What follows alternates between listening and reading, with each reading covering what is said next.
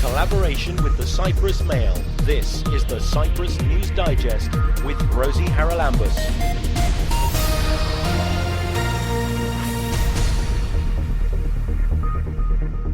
Coming up this week, will Parliament in Brussels be able to push through its plans for nature restoration? And what impact will that have on farmers and their use of pesticides? When the whole system is hooked on chemicals and pesticides, yes, that's a terrible thing, but at the same time, you cannot ask people to change that from one day to the next. And farmers need to be supported and effectively supported to make that transition. And the House Ethics Committee discusses new regulations about capital statements for civil servants. So nobody can escape for a right statement. Last week we had demonstrations in the streets of Nicosia once again. This time it was the farmers who were up in arms about plans to reduce the use of pesticides. Now, most citizens you speak to say we have far too many of those in the food we're eating anyway, so I don't think there was a lot of sympathy among the general public. Certainly not when the roads came to a standstill. But surely pesticides have been being reduced for many years in the European Union, and we've had plenty of notice of this going to happen. Joining us is the head of BirdLife Cyprus, Martin Helikar. He follows a lot of issues to do with the environment, not just with birds. Martin, pesticides is something I know that concerns you as well at BirdLife, because they can have a huge impact, can't they, on the bird population. But tell us a little bit, if you will, about how this pesticides, ban or reduction is part of the EU's Restoration of Nature plan. Yeah, thanks, Rosie. Yeah, so indeed, pesticides are one of the big ecological ills, especially, but not only in farmland ecosystems, and they've been recently shown to be clearly linked to the catastrophic decline in populations of farmland birds, so wild birds that rely on farmland ecosystems across Europe. Since 1980, it's been a reduction of about 60%. So there's that whole ecosystem aspect to it. Of course, a very big impact on wildlife, especially when pesticides are not used carefully, but even when they're used in a licensed way. And then there's this whole new chapter which, in our opinion as BirdLife, is long overdue and very welcome, which is the effort to bring nature back, to put it very broadly, under the Green Deal, the sort of strategic level direction setting agreement among EU member states. And this has two related aspects, if you like. One is the nature restoration regulation, and the other one is the sustainable use of pesticides regulation, both of which are taking shape at a Brussels level right now. So they're being discussed. Relevant proposals have been put forward by the European Commission, and then these proposals, these draft regulations, are being discussed in European Parliament and also in European Council, so by our MEPs from other countries, and by our ministers. And it seems very touch and go as to whether these really very forward-thinking pieces of legislation are going to get through that discussion process unscathed. Yeah, and it's not just our farmers that are protesting, is it? I mean, pesticides is one thing, and you mentioned the bird life threat, but also, of course, all the pollinators that have fallen foul to this. But if we look at places like Ireland, they're bothered about the restoration of the peat bogs, aren't they? I mean, there are a lot of areas across Europe where different groups are saying we shouldn't be doing this, and yet to me it seems a no-brainer, because you can't bring nature back very well once you've destroyed it, can you? No, and I mean, if we're going to tackle climate change, then a clear part of the solution has to be restoring nature and bringing back the natural systems that do a wonderful job of absorbing carbon dioxide from the atmosphere and locking it away in wood or in seagrass beds. It's a definite part of the solution, and it's a win-win. It also helps create a much healthier environment all round and much stronger ecosystems. And we need our ecosystems to be strong if they're going to survive all the changes that are already happening because of climate change, and that at the moment are only likely to get worse, because otherwise these systems won't be able to provide us with the basic wherewithal we need to live, whether that's a climate that's livable in, or clean air, or the food that we eat. I mean, we rely on farmland ecosystems for food. So it does seem a no-brainer in general. Of course, with any big change, there are reactions, but the main reactions to the restoration drive and the let's reduce pesticides drive and the two relevant regulations we've already mentioned have been from big farming. They've been from the big farming lobby. And in fact, there's a report that's come out earlier today about the amazing level of influence that some of the big farming organizations have at an EU level, and how they've been working hard behind the scenes to block reforms that encourage sustainable farming, to hold back legislation on pesticides and restoration.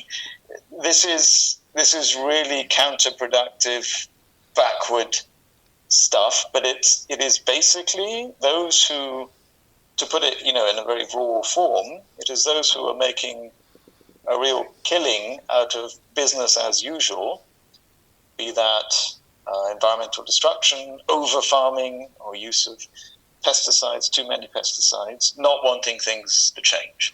Yeah, factory farming, which I thought was on a decline, but it seems it's not.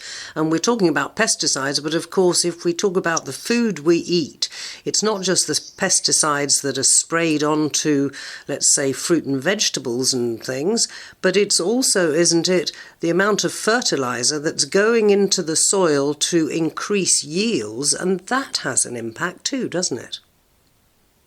It does, and it has an impact on the atmosphere. It has an impact on groundwater. It has an impact on the soil, and it's a serious source of atmospheric greenhouse gases. So the whole chemical-heavy approach to farming needs to change. Now, I think it's important to stress at this point, and thinking in particular of the farmers' tractors blocking our roads in Nicosia last week, that yes, farmers must be effectively supported to make this transition. Already, as you mentioned yourself, Rosie, already a lot of the worst chemicals have been withdrawn and are banned in the European Union. Not all of them. There still isn't a blanket ban on glyphosate, even though we know it's carcinogenic and has some serious impacts on bees, for example, so that should have been banned a while ago. The evidence is there. That hasn't happened yet. But when the whole system is hooked on chemicals and pesticides, yes, that's a terrible thing, but at the same time, you cannot ask people to change that from one day to the next, can you? And farmers need to be supported, and effectively supported, I repeat, to make that transition. There are alternatives that are following the path of integrated pest management, where you use everything else that's at your disposal. You work with the ecosystem, but you're also allowed to use chemicals, the least drastic chemicals, but you're allowed to use chemicals if it comes to a point where you're going to lose your whole crop. So it's sort of a halfway house, but it can be very effective if used effectively. So solutions do exist even without going to the it's not extreme, but in terms of the chemical farming spectrum, it is extreme, without going to the extreme of organic farming necessarily. There are halfway houses that can be very effective. The regulation isn't talking about a total ban, it's talking about reducing it by 50%. by 2030. It's still a very ambitious target.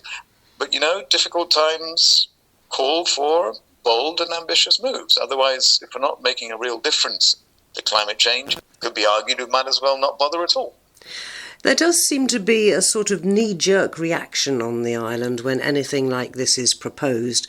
And I'm wondering how far, for example, the environmental services here have been in trying to educate farmers about these alternative possibilities and solutions so that they realise it isn't the end of the world if they start doing something slowly now. Yeah, absolutely. I couldn't agree more. And as I just said, we need to support farmers to make this change. If you've been farming in a particular way for decades, and that's the advice you've been getting from the agriculture department experts, then you can't suddenly be expected just to put aside all the pesticides and grow organically. No, you need financial support there, and more than that, you need input of expertise. You need guidance on how to do these things, and farmers need to be supported, and common agricultural policy subsidies, money from that huge bank of taxpayers' cash that goes to the CAP, should be used exactly for that, to make a smooth transition to sustainable farming. In the long term, there really isn't an option. The big threats to farming are climate change and the collapse of farmland ecosystems, the loss of beneficial insects, the loss of the predator insects within the system that control the pest insects, the loss of pollinators. These are the things that are going to actually undermine farming, not being able to use pesticides. We need to take a couple of steps back, look at the whole thing much more holistically, and I repeat, support the farming community to get off the chemicals treadmill and move to something more sustainable. Are you aware whether or not the relevant departments here have made any efforts in this direction? I don't have a full picture on that, so I don't want to be definite on that, but I know most of the advisors within departments are advisors who are based on the philosophy of chemical high inputs, high outputs farming, which makes sense only if you look at yields and only if you look in the very short term. It's not sustainable in the long term. But to really arrive at sustainable food production and sustainability in that whole sector, we also need, as a society, to change our eating habits, because there is no way that this one planet can produce enough dairy and meat to support our growing human population.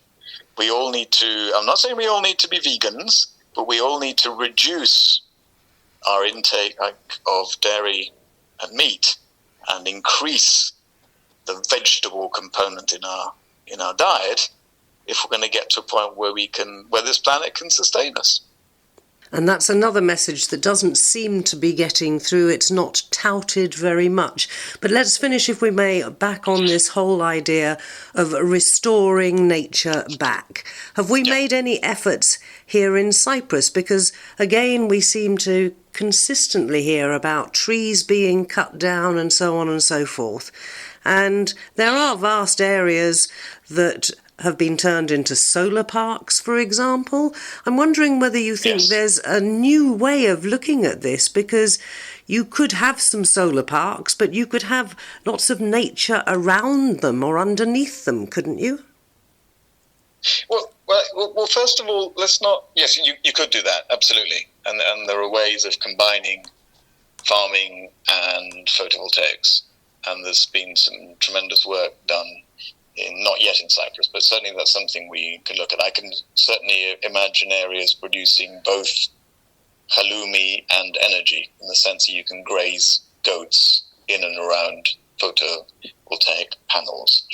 But let's not forget that, yes, we need photovoltaics, we need alternative energy, but we also need natural systems to absorb carbon dioxide.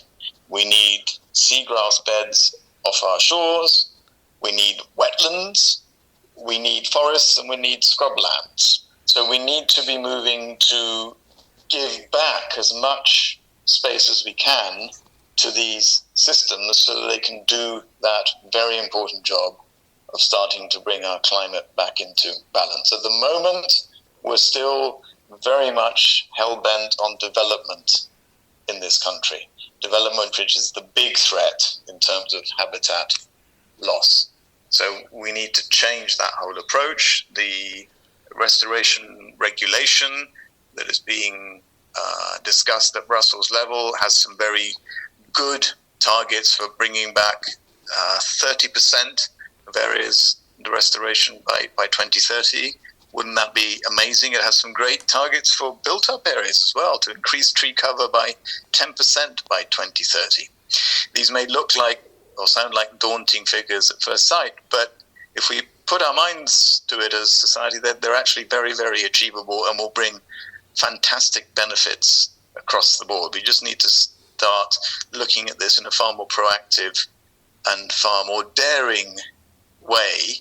And the situation is so urgent that, yeah, we do need regulation to come in and, if you like, force societies to make the change. I think politicians in general have not caught up with public sentiment on this. I think most people are well aware of the need to bring back nature wherever we can, well aware of the fact that our ecosystems are collapsing, and I think politicians are dragging their heels and they need to catch up with this. So it's great to see the European Commission tabling some really ambitious regulations on, I repeat, cutting pesticides, on nature restoration. I just really hope that business as usual won't win the day, that these things will get through the democratic process at a Brussels level and will get approved, and will get approved without getting hollowed out, so they still have some ambitious targets. And then let's get started on this path to bringing nature back. We really need to. Well, it would help, would it not, if we had what I would call true leadership among our politicians, our governments and so on, to come out and say, yes, we need to do this. I haven't heard very many voices doing that. No. I mean, I couldn't agree more. Yeah, I mean, I think at the end of the day, we all have our part to play here, and certainly NGOs like BirdLife Cyprus definitely have a part and a duty to play their part. But at the end of the day, history will judge those who actually had the power to take decisions and make changes fast. And I don't think our current leaders will come out very well in history books to be written down the line. But let's hope that can change and change fast. And we have to keep pushing for this, because it's for the common good and it's very necessary. And at the end of the day, a lot of this discussion is about how public funds are used, and they shouldn't be used to prop up unsustainable agriculture. They should be used to fund a transition to sustainable agriculture and to a sustainable way of using the land across the board. Indeed. Well, I think the vote in Brussels is on the 6th of July, is that right? I'm not sure exactly. I think, yes, July, next month will be a critical month, definitely, for this whole thing. That's how it's shaping. I mean, it depends on the process and the details of it, whether they look at these regulations sort of article by article. But yeah, next month definitely seems to be critical. D-Day. We'll have to watch with interest. Martin, I'm sure you'll be keeping us informed on any developments on this, and hopefully if any of our leaders are listening, they'll take some of this on board and wonder what they can do to ensure a better future for us all. Many thanks for joining me. Let's hope so. Many thanks, Rosie. Many thanks. This is the Cyprus News Digest with Rosie Haralambous.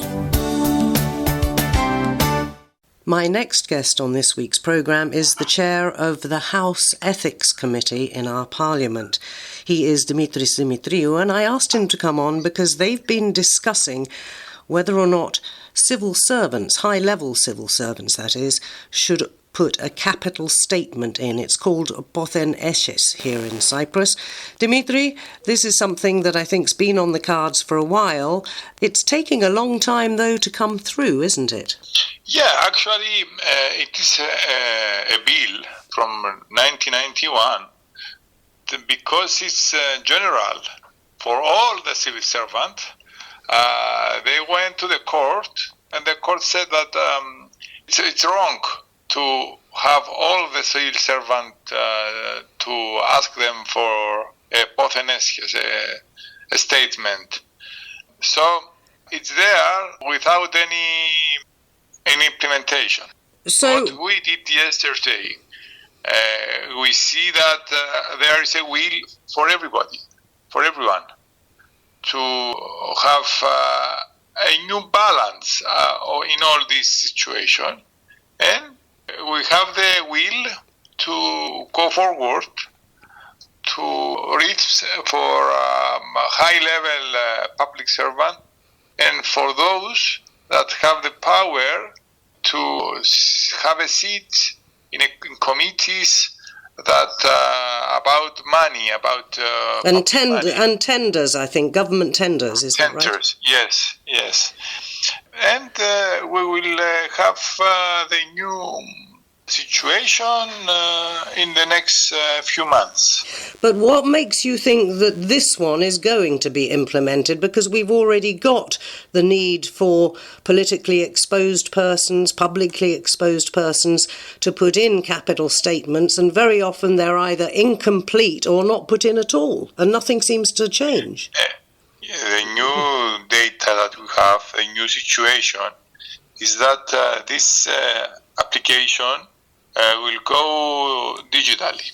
Okay, so nobody will have incompleted or with wrong data form in the system. Okay, and the second parameter that is very crucial is that the check for this statement will go automatically because the data from the public sector, from the public departments, let's say the department of the cars, of the bikes and all this, will check automatically that what you write is right, is not wrong, or incomplete. So it's no effort, zero effort to check all these forms. So it's easier to do this. And we know that in the public sector, the big majority are people that they have no reason to have any problem, but we have some issues with a little public servant that have problems. Right, but the problem as well is that a lot of government departments are not connected digitally. I'm thinking, for example, of the tax department. And until you have all of these different departments digitally connected so that the information goes across all those platforms, you can't check some of these things. What you describe now, it will go connected. Without connection, there's no reason to talk about that. So when is it going to be connected?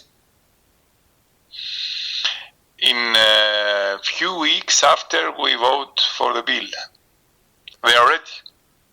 They did all the preparation that is needed to go live. Okay, I have to ask you though, surely connecting up these different departments shouldn't be reliant on whether or not Parliament passes another piece of legislation that requires this particular thing.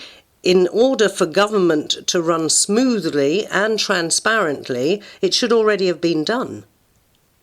Of course, it should already been done, but we are in today. Today they are not connected. We have to connect all the data. We have to connect all the department of the government. That's the goal. That is the goal. Not only for the Pothen Eshes.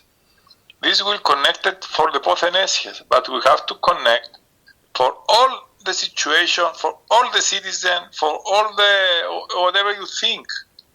It will help to decrease bureaucracy, and nobody will have to spend more time to be in the public service areas. Right, now let's talk about judges, because the judiciary, as far as I'm aware, so far doesn't have to put capital statements in. And again, if we're talking about transparency across our systems, they surely should have to do that too. Yes, we have a decision for the court back in 2017 said that they have to self-regulation, to self-regulate. That's very convenient, isn't it? Yes, but we have the constitution that we have to respect. Okay? What the news about that? In a week, maximum 2 weeks, we will see an announcement from the court, from the president of the jurisdiction. And he will say that it's time to self-regulate. And they have the bill that will be self-regulate this situation. And how is self-regulated? We have two courts now, the Constitution Court and the other court. One court will check all the other judges' announcement about this. Well, self-regulation doesn't always work. We'll have to see whether or not that actually comes to pass. Yes, we are here. We send a message to the courts that we will see what they will announce. And if we will not be happy, we will go forward with a new bill for the courts, for the jurisdiction system. One last question, Dimitri, and that is, how is the Ethics Committee monitoring what the members of the House of Parliament says is their income? How are you checking whether or not, A, the statements are true, and B, what are you doing about those who have not filled in a proper capital statement? We will ask for the tax commissioner to help this work. And if you find that there's an MP that either hasn't filled it in or has given incorrect information, what do you do? Do you have teeth? Or do you just say you've been naughty? Of course we have. The first punishment, the biggest punishment for an MP is a name and shame. That's one. On the other hand, in the law, in the bill, it's written down what the Pines is. How is Pines? I don't remember. Sanctions. Yes, for those situations. And what is it? I mean, if the guy is going to, or woman is going to stay as an MP, there isn't a punishment. We will review them in 2 weeks in the bill that we will change. Okay? So they will be reviewed. So what sanctions are you going to be able to put on people who try to escape a proper capital statement? You cannot escape. You cannot escape because it will be connected to the departments of the government. So nobody can escape for a right statement. Okay? Well, let's hope so, because it's been going on for years, hasn't it? And it really is high time that voters and citizens thought and saw that the people who are governing are actually being watched, because we know there's a lot of lack of transparency and a lot of underhand things going on, don't we? We have the will to go full transparent system with digitalization and telling the people what exactly doing. That is Dimitris Dimitriou, the chair of the Ethics Committee in our House of Parliament, and they're going to bring forward new legislation to make sure that all politically exposed people, and now high-level civil servants fill in a proper capital statement.